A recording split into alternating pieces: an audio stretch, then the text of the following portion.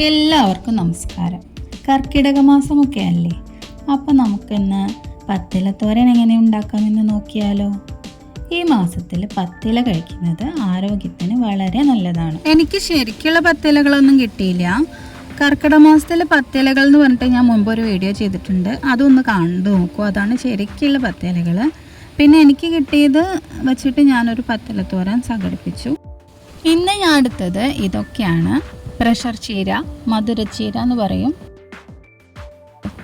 പിന്നെ ഇത് ചേമ്പിൻ്റെ ഇലയാണ്. ഇത് വള്ളിച്ചീരയാണ്. വള്ളിച്ചീരയ്ക്കും വേറെ എന്തൊക്കെയോ പേര് പറയും തോന്നുന്നു. ഇത് ഓമച്ചീര, മെക്സിക്കൻ ചീര എന്നൊക്കെ പറയും. ഇത് തുവ്വ, ഇത് ചേനയുടെ ഇല, ഇത് മത്തൻ്റെ ഇല, ഇത് തക്കാളി ചീരയാണ്. ചെറിയ ചെറിയ തക്കാളികളുണ്ടാവും. മണിത്തക്കാളി എന്നും പറയും. നല്ല ഔഷധ ഗുണമുള്ള സസ്യമാണ്. ഇത് സാമ്പാർ ചീര. പിന്നെ എടുത്തത് പയറിൻ്റെ ഇലയാണ്. അങ്ങനെ 10 ഇലകൾ ഞാൻ സംഘടിപ്പിച്ചിട്ടുണ്ട്.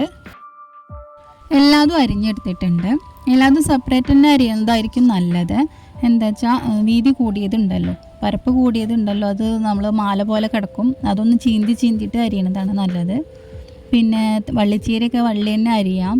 അപ്പോൾ അതൊക്കെ തണ്ട് വരുമ്പോൾ കുറച്ച് നൈസായിട്ട് അരിയണം. പിന്നെ വേണ്ടത് സവാള, ചെറിയ ഉള്ളി, പച്ചമുളക്.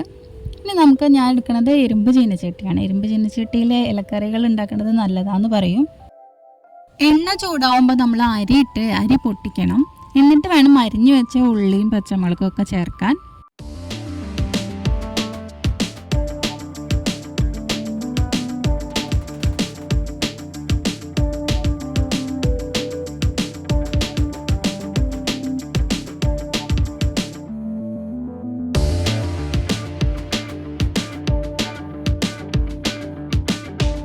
ലേശം മഞ്ഞൾപ്പൊടിയും ഉപ്പും ചേർത്തിട്ട് നമുക്ക് നന്നായി വഴറ്റിയെടുക്കാം.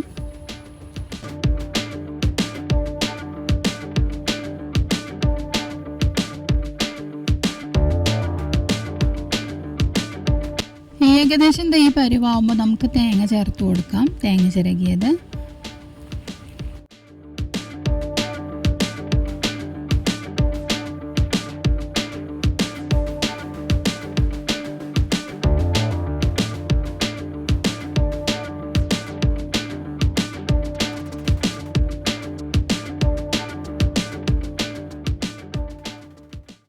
ഇനി നമുക്ക് നമ്മുടെ പത്തല അരിഞ്ഞു വെച്ചത് ചേർത്ത് കൊടുക്കാം. എന്നിട്ട് നന്നായി മിക്സ് ചെയ്തെടുക്കാം. ഇല മിക്സ് ചെയ്യുന്നതിൻ്റെ കൂടെ തന്നെ നമുക്കതിലേക്ക് വേണ്ട ഉപ്പും മഞ്ഞൾപ്പൊടിയും ചേർത്ത് കൊടുക്കാം.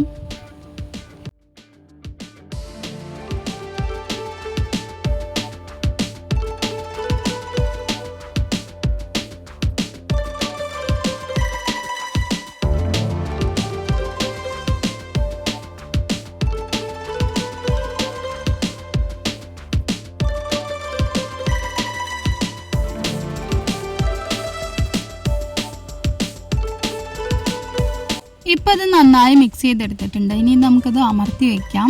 നന്നായി വെന്ത് വരണ്ടേ, അതിന് വേണ്ടി അമർത്തി വയ്ക്കാം. വെള്ളം ചേർക്കാൻ പറ്റില്ല, ഇതിൽ തണ്ടുകളൊക്കെ ചേരുകൊണ്ട് അതിൽ നിന്ന് തന്നെ വെള്ളം ഉണ്ടാവും. അപ്പം നമുക്ക് നല്ലതായിട്ട് വെന്ത് കിട്ടാൻ ഇങ്ങനെ വയ്ക്കാം. ഇലക്കറി ഒരിക്കലും നമ്മൾ അടച്ചു വെച്ച് വേവിക്കരുത്.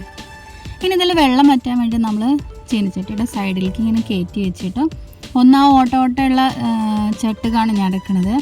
അതൊന്ന് അമർത്തി കൊടുത്താൽ വെള്ളം അങ്ങോട്ട് താഴത്തേക്ക് ഇറങ്ങി വരും. അപ്പോൾ അത് വറ്റി കിട്ടും വേഗം.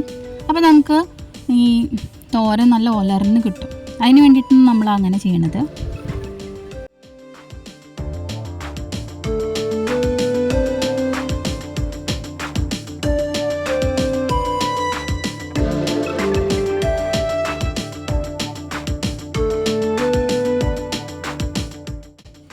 നന്നായി വെന്ത് വന്നിട്ടുണ്ട്. പക്ഷേ ഇനി ഇത് നമുക്ക് വലിഞ്ഞ് കിട്ടാൻ വേണ്ടിയിട്ട് അതൊന്ന് ഉലർത്താൻ വേണ്ടി നമുക്കൊന്ന് കൊത്തി കൊടുക്കാം, പരത്തിയിടാം.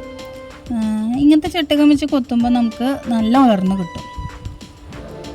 എന്നിട്ട് നമുക്കത് കുറച്ച് നേരം കൂടി അടുപ്പത്ത് വയ്ക്കാം. അങ്ങനെ നമ്മുടെ തോരൻ റെഡി ആയിട്ടുണ്ട്. ഇനി നമുക്കത് നന്നായി ഒരു പാത്രത്തിലേക്ക് മാറ്റാം. കർക്കിടക മാസത്തിൽ പത്തല തോരൻ അല്ലെങ്കിൽ പത്തലക്കറി വയ്ക്കാത്തവരുണ്ടെങ്കിൽ ഇതൊന്ന് ട്രൈ ചെയ്ത് നോക്കൂ. വീഡിയോ ഇഷ്ടപ്പെട്ട എല്ലാവരും ലൈക്കും കമൻറ്റും ചെയ്യണം. സബ്സ്ക്രൈബ് ചെയ്യാത്തവരുണ്ടെങ്കിൽ സബ്സ്ക്രൈബ് ചെയ്തിട്ട് ബെൽ ബട്ടൺ കൂടി ഒന്ന് ക്ലിക്ക് ചെയ്താൽ അടുത്ത വീഡിയോസും നോട്ടിഫിക്കേഷൻ വഴി കിട്ടുന്നതാണ്. അപ്പം മറക്കാതെ സബ്സ്ക്രൈബ് ചെയ്യുക, ബെൽ ബട്ടൺ ക്ലിക്ക് ചെയ്യുക. Thank you for watching.